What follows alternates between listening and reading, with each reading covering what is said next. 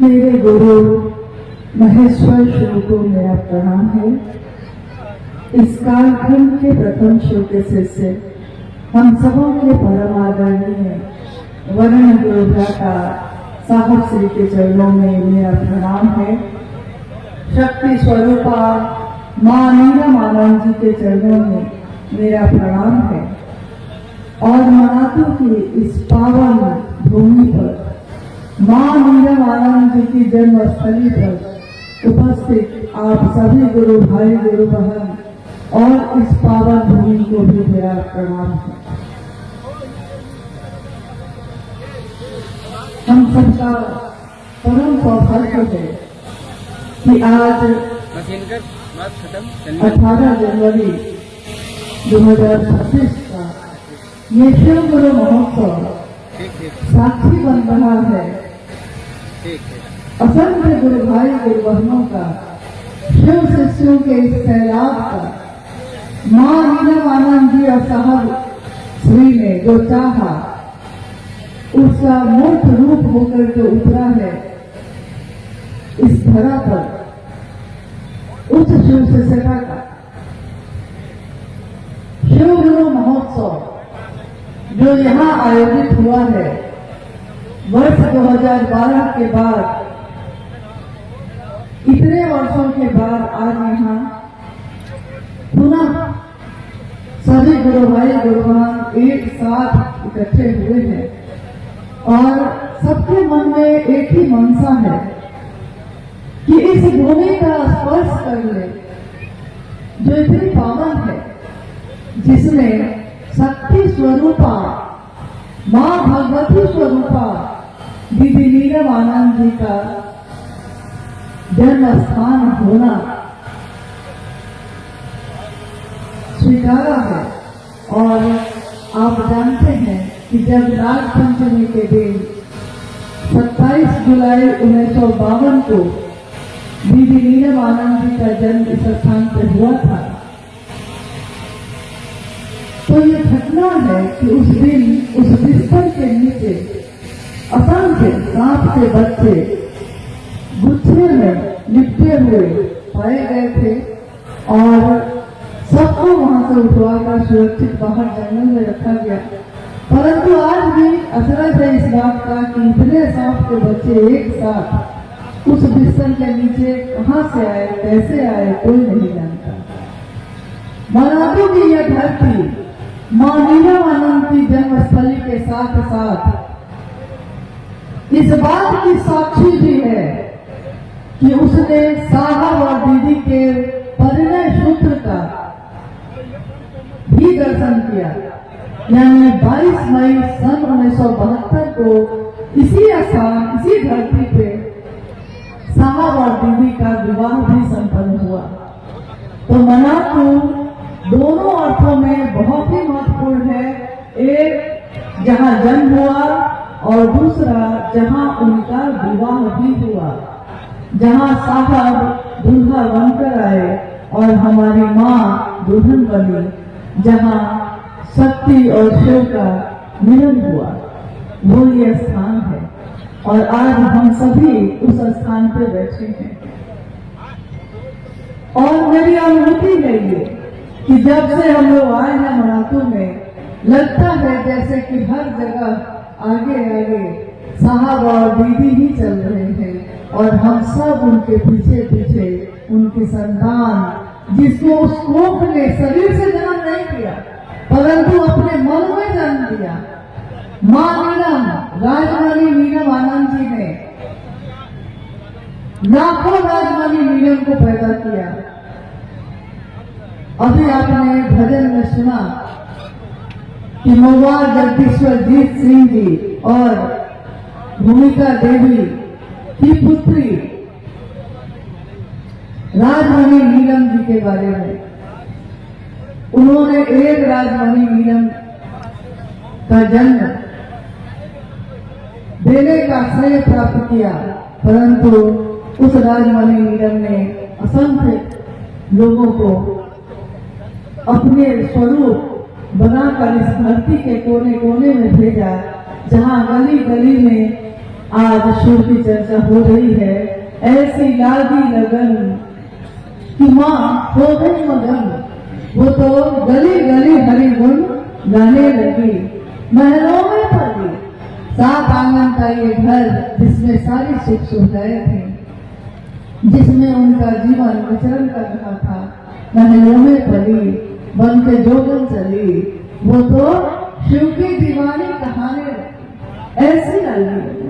और साहब के साथ कदम से कदम मिलाकर शिव की शिष्यता में वो चल रही है। शिव की शिष्यता इतनी पावन है, इतनी पावन है, जिसमें शिव के गुरु स्वरूप के बारे में हमारे साहब श्री ने कहा कि शिव गुरु है। और ये कौन शिव है? वो शिव चारों दिशाएं जिसका वस्त्र हो, 27 नक्षत्रों पे नाचता ये काल, जिनके नियंत्रण में हो,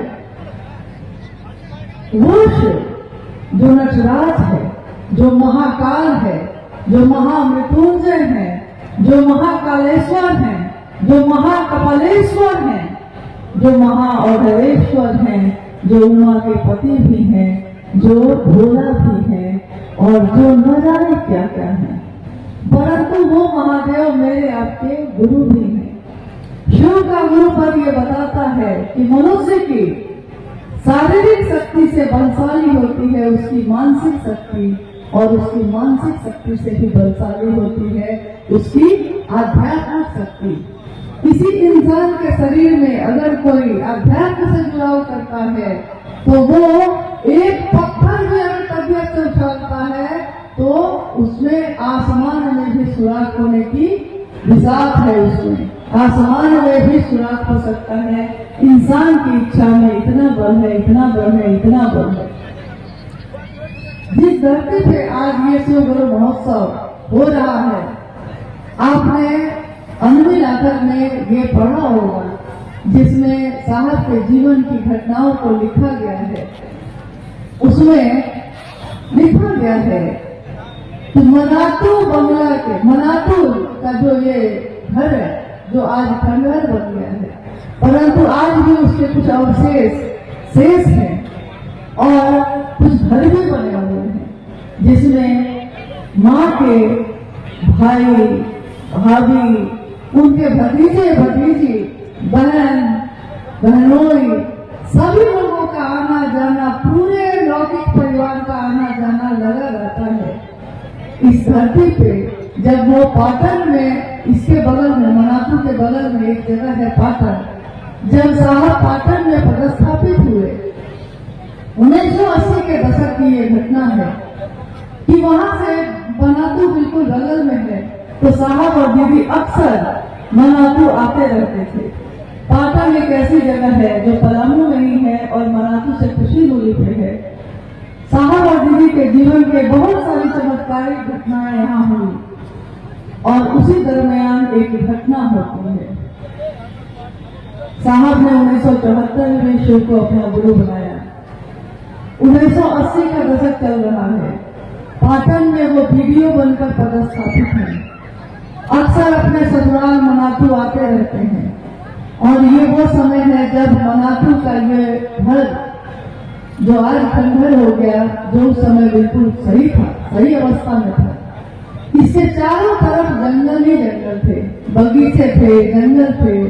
जहां हम और आप आज मैदान में बैठे हैं, इस मैदान में उस समय जंगल थे।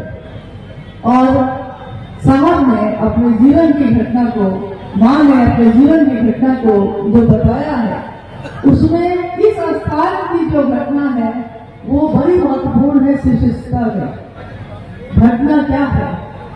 घटना है कि पाटन से साहब और दीदी मनातू आए। मनातू में वो घर में है, रात हो गई है, चांदनी रात है, चारों तरफ चांद की रोशनी बिखरी हुई है और चांद की उस रोशनी में साहब और दीदी कहते हैं कि चलिए थोड़ा टहल के आते हैं। साहब और दीदी अपने घर के दरवाजे से बाहर निकले और पास में, यानी जहां आप हम बैठे हैं आज, इस स्थान पे जो जंगल है, उसमें विचरण करने के उद्देश्य से पैदल पैदल ही लेकर अपने आप को के साथ निकल पड़े। साहब ने गढ़ से निकलते समय हाथ में एक बंदूक भी उठा ली, क्योंकि बंदूक रखी रहती थी उस समय। और दोनों विचरण करते हुए जंगल में आए हैं। चांदनी रात है, रोशनी है चारों तरफ। उस जंगल में उन्होंने अचानक देखा कि उस चांद की रोशनी में एक अघोरी जो साधु के वेश में बैठा हुआ है, साधु बैठे हुए नजर आ रहे हैं। साहब ने प्रणाम किया। प्रणाम। मां नीलमानंद जी भी नजदीक आ गए, उन्होंने भी प्रणाम किया।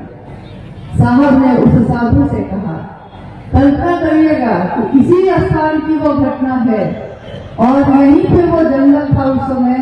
साहब ने कहा, आप अकेले यहाँ क्या कर रहे हैं? साधु ने कहा, तुम अकेले 15 वर्षों तक शमशान में क्या करते रहे? साहब ने जैसे ही ये बात सुनी, वो समझ गए कि कोई सिद्ध पुरुष है। तो साहब ने कहा कि मैं तो आपसे इसलिए पूछ रहा था कि आप अकेले बैठे हैं, लेकिन मैं तो शमशान में साधना करता रहा और मैंने शिव को गुरु बनाया।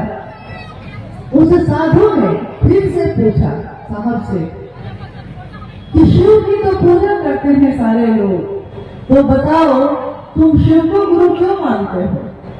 लोग शिव को गुरु क्यों माने? लगभग 10-15 मिनट तक साहब शिव के गुरु स्वरूप की चर्चा उस साधु से करते रहे। फिर साधु ने कहा, बड़ा अच्छा बोलते हो। इस पे मां नीलमानंद जी ने उस साधु से कहा, मां कह रही है साधु से कि देखिए ना बाबा, ये अक्सर कहते हैं कि मैं लगता है पिछले जन्म में मैं मेढक था, इसीलिए जब सावन की बारिश होती है तो मुझको बड़ा अच्छा लगता है। देखिए ना बाबा, ये कहते हैं कि मैं मेढक था। इस पे वो बाबा हंसने लगे और उन्होंने हाथ के इशारे से जहां वो बैठे थे उससे कुछ ही दूरी पे जहां एक शीशे का टुकड़ा पड़ा हुआ था, बाबा ने कहा साहब से कि वो शीशा उठाओ। साहब ने यंत्र जाकर उस शीशा को उठा लिया है। साधु ने कहा, अपना चेहरा देखो। तो साहब ने उस आईने को अपने तरफ किया। पीछे लाल रंग से रंगा हुआ वो आईना जब साहब ने अपने चेहरे की तरफ किया तो उस आईने में क्या दिखा?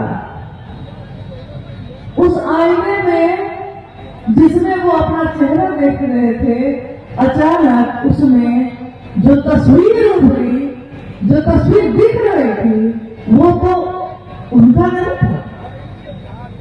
तो उनके मुंह से निकला, बाबा। बाबा हम किसको कहते हैं? आज तक जितने भी देवी देवता हैं, उन समस्त देवी देवताओं में से एक सत्ता ही ऐसी है जिसको हमने सबसे ज्यादा अपना माना, जिसको हमने बाबा कहा है। बाबा हमने सिर्फ महादेव को कहा है, बाबा धाम जाएंगे हम, बाबा है मेरे। तो बाबा उस दिन साहब के मुख से निकला, बाबा है। और देखते देखते जो साधु खड़े थे उनकी रूपरेखा बदलने लगती है। जटाजूट बन जाते हैं, त्रिशूल प्रकट हो जाता है हाथ में, लेकिन सांप कहीं भी नहीं है। थोड़ी देर पहले उन्होंने कहा था कि मेरा क्या है बच्चा, सांप और साधु कहीं चले जाते हैं, कहीं दिख जाते हैं, कहीं रह जाते हैं। और अभी अभी जो रूप उनका बदला है, मां नीलमानंद उनके आगे हाथ जोड़कर झुक जाती हैं और वो कहती हैं, यहाँ पे उनका पत्नी भाव जागता है। वो कहती हैं, पत्नी भाव मतलब जब जगता है तो पति की कुछ न कुछ शिकायत तो होनी तय है। तो मां नीलमानंद कहती है कि देखिए ना सरकार, ये घर में बड़ा उथल पुथल करते हैं, मतलब घर में हलचल सी मच जाती है इनके द्वारा। इस पे साधु ने जो कहा है, इस पंक्ति को साहब ने अनेक बार शिव चर्चाओं में कहा है, प्रयोग किया है इसका, इस वाक्य का, कि साधु ने उस समय कहा इनको, साहब को, कि घर को मसान मत बनाओ बच्चा, घर को मसान मत बनाओ बच्चा, घर घर है, घर रहने दो उसको, गृहस्थ आश्रम है ना। और जैसे ही वो सीधी हुई है, खड़ी हुई है, और उन लोगों को देखते देखते वो साधु कहीं नहीं, चांद की रोशनी है, हल्का अंधेरा छाता है, और जैसे ही चांद की रोशनी फिर आती है, कुछ भी नहीं है, कहीं भी नहीं है। साहब झुककर अपने बंदूक जो उन्होंने गढ़ से ली थी निकलते समय उठा ली है, और दोनों लौट कर आ गए। जब दोनों मराठीगढ़ लौट कर आए, उस रात काफी तेज बारिश हुई, बहुत तेज बारिश, और साहब का सरकारी आवास था पाटन में।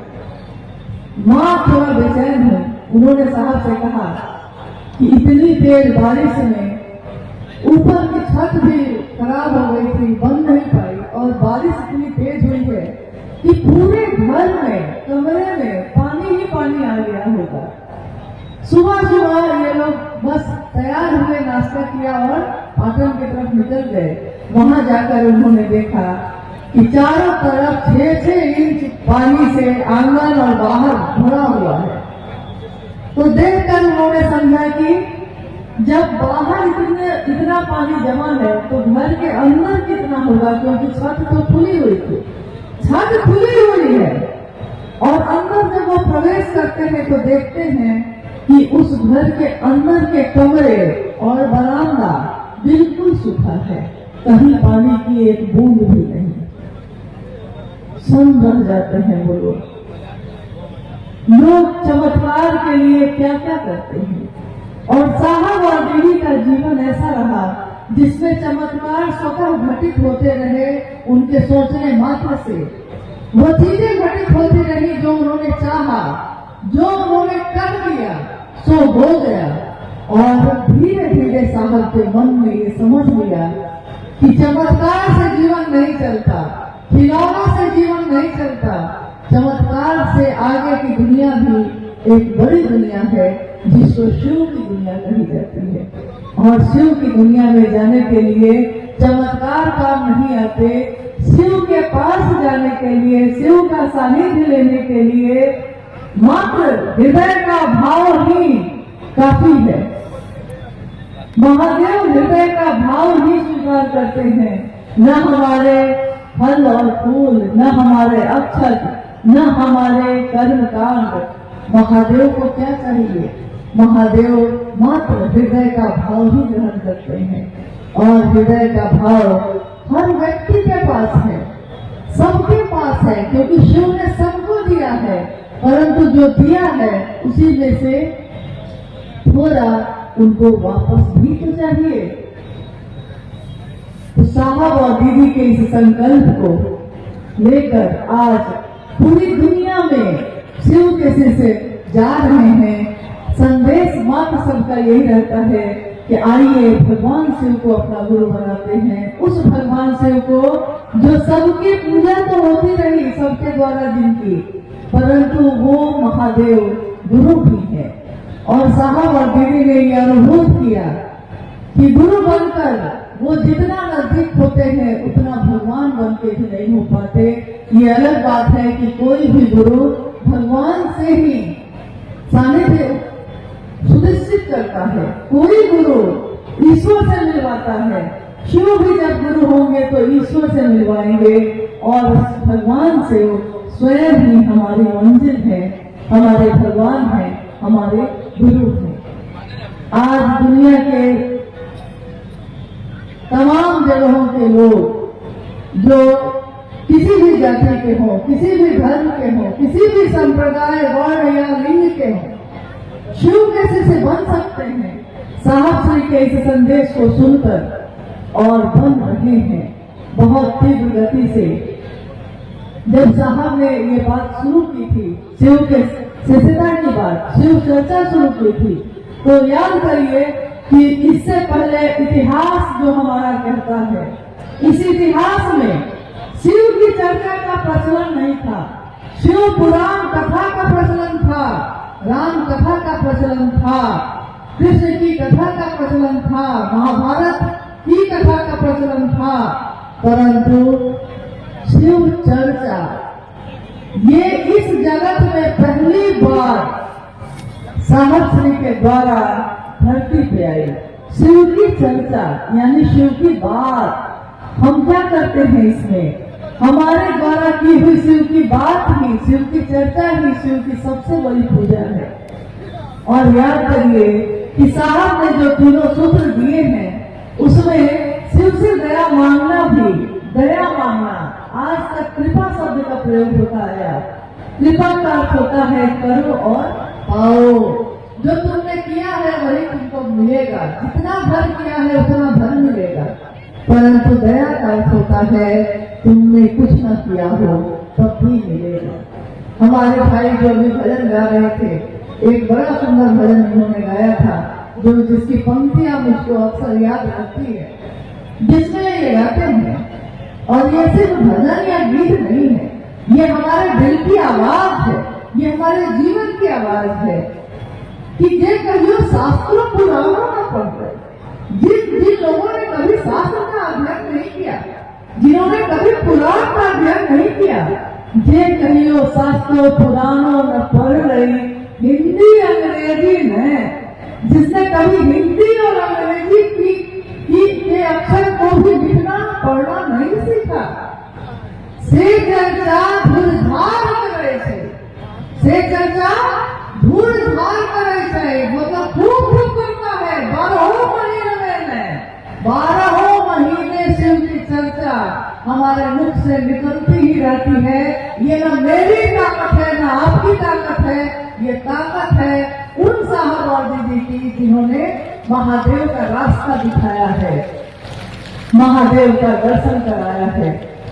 आइए हम सभी शिव के शिष्य उस महादेव से, उस महादेव का दर्शन करें जो इस धरती पे, यहाँ इसी स्थान पे, जिन्होंने साहब और दीदी को दर्शन दिया था और जिन्होंने कहा था कि घर को मसान न बनाना, मत बनाना।